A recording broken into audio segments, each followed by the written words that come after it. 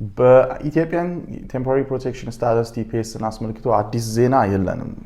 ነገር ግን እኔም በሶሻል ሚዲያ ፔጅ ላይ ያጋራሁት አንድ ተስፋ አለ። ናሽናል አላያንስ የሚል ናሽናል ቲፒኤስ አላያንስ ቨርሰስ ናኦም የሚል ኬዝ ካሊፎርኒያ ላይ ነበረ።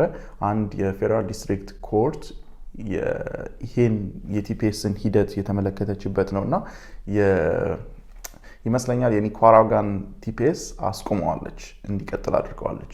እና የዚህ ኬዝ ቤዚክ ትንታኔ ምንድነው? ዲኤችኤስ አንድን ቲፒኤስ ከማቋረጡ በፊት መከተል ያለበት ፕሮሲጀራል ህግ አለ። በኤፒኤ ህግ መሰረት ማለት ነው። በአድሚኒስትሬቲቭ ፕሮሲጀራል አክት መሰረት የኤፒኤ ህግ መሰረት መሄድ የነበረበትን ስቴፖች አልሄደም ነው። ቲፒኤስ የዲኤችኤስ የኢትዮጵያን ቲፒኤስም ሲያቋርጥ ተመሳሳይ እርምጃ ነው የወሰደው።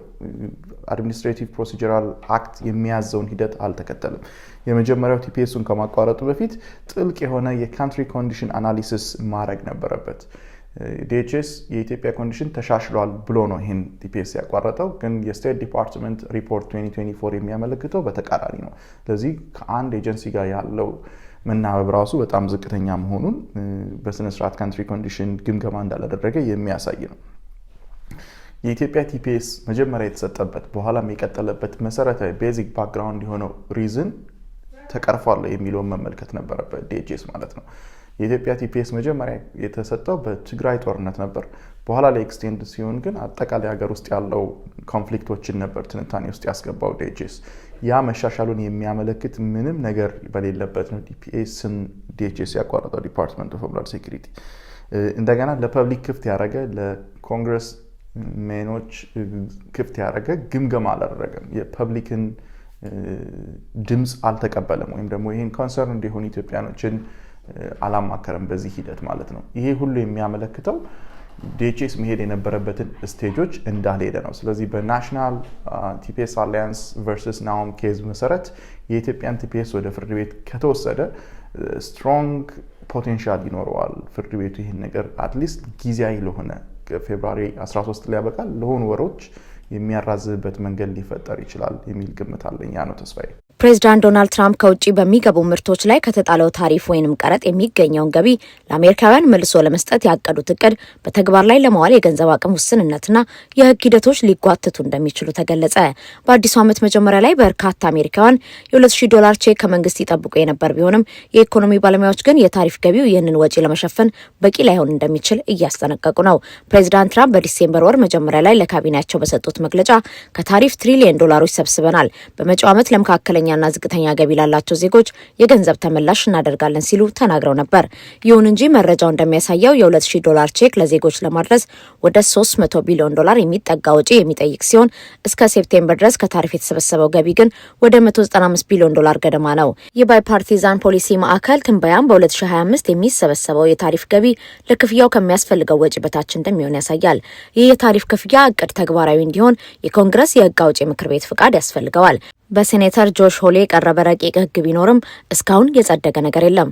የዋይት ሀውስ የኢኮኖሚ አማካሪ ኬቨን ሃሴት ፕሬዚዳንቱ በ2026 ጉዳዩ ለኮንግረስ እንደሚያቀርቡ ጠቁመው ገንዘቡ ከታሪፍ ውጪ ከሌሎች ምንጮች ሊገኝ እንደሚችል አመላክተዋል። በተጨማሪም የጠቅላይ ፍርድ ቤቱ ፕሬዚዳንት ትራምፕ ታሪፍ የመጣል ስልጣን እንዳላቸው ወይም እንደሌላቸው እየመረመረ መሆኑ ሌላው ስጋት ነው። ከዚህ ቀደም በኢላን ማስክ ይመራ የነበረው የመንግስት ወጪ ቀነሳ መመሪያ ወጪ በመቀነስ ለዜጎች $5,000 ክፍያ እንደሚፈጸም ሀሳብ አቅርበው የነበረ ቢሆንም ማስክ ከአስተዳደሩ መውጣታቸውን ተከትሎ የዚህ እቅድ ተፈጻሚነት አጠራጣሪ ሆኗል። በሌላ በኩል ለውትድርና አባላት ቃል የተገባው $1,776 ክፍያ ተግባራዊ መደረጉ ተገልጿል። ሁኔታው በእንዲህ እንዳለ የሀገር ውስጥ ገቢዎች አገልግሎት አይሬስ ህዝቡን ከማጭበርበር እንዲጠነቀቁ አሳስበዋል። መንግስት ቼክ ልክላቸዋለሁ ሊንኩን ተጫኑ የሚል የውሸት መልእክቶች በስልክና በኢሜይል እየተላኩ በመሆኑ ዜጎች የግል መረጃዎቻቸውን ለሶስተኛ ወገን ከመስጠት እንዲቆጠቡ መስሪያ ቤቱ አስጠንቅቋል። የሳውዲና የተባበሩት አረብ ኤምሬቶች ቅራኔ ወደ ግልጽ ጦርነት ተሸጋገረም። ቀይ ባህር በውጥረት ውስጥ ለረጅም ጊዜ የመካከለኛው ምስራቅና የቀይ ባህር አካባቢ የመረጋጋት መሰረት ተደርጎ ይወሰድ የነበረው የሳውዲ አረቢያና የተባበሩት አረብ ኤምሬቶች ወዳጅነት በ2026 መባቻ ላይ ወደ ግልጽና አደገኛ የጠላትነት ምዕራፍ መሸጋገሩን አንድ የምርምር ሪፖርት አጋለጠም። ተመራማሪው ጸጋ ባማረ እንዳመለከቱት ይስር የሰደደ ልዩነት ዲሲ ዲሴምበር 30 ቀን 2025 በየመን ሙካላ ወደብ በደረሰ የአየር ጥቃት ፈንድቷል። በዚህ ዕለት የሳውዲ አየር ኃይል የተባበሩት አረብ ኤምሬቶች ንብረት እንደሆነ የተጠረጠረን የጦር መሳሪያ ጭነት ኢላማ አድርጎ መምታቱ በሁለት ወዳጅ ሀገራት መካከል የነበረውን ስትራቴጂያዊ ልዩነት ወደ ቀጥተኛ ወታደራዊ ፍጥጫ ቀይሮታል። በሪፖርቱ መሰረት የቅራኔው ዋና ማጠንጠኛ የሁለቱ ሀገራት የውጭ ጉዳይ ፖሊሲ ፍልስፍና መጣረስ ነው። ሳውዲ አረቢያ በመካከለኛው ምስራቅና በአፍሪካ ቀንድ ጠንካራ ማዕከላዊ መንግስታት እንዲኖሩና የሀገር ሉዓላዊነት እንዲከበር ስትፈልግ፣ የተባበሩት አረብ ኤምሬቶች ግን በተቃራኒው የማዕከላዊ መንግስት መዋቅርን የሚፈታተኑ ኃይሎችንና ራስ ገዛ አስተዳደሮችን በመደገፍ የባህር ላይ ግዛት ለመገንባት ትንቀሳቀሳለች። ሪያድ በተለይም ኤምሬቶች በሶሪያ ድሮዝ ማህበረሰብ ውስጥ እና በየመን የደቡብ ተገንጣይ ምክር ቤት እንዲሁም በሱዳን ፈጥኖ ደራሽ ኃይል ላይ የምታደርገውን የገንዘብና የፖለቲካ ድጋፍ እንደ ትልቅ ስጋት ትመለከተዋለች።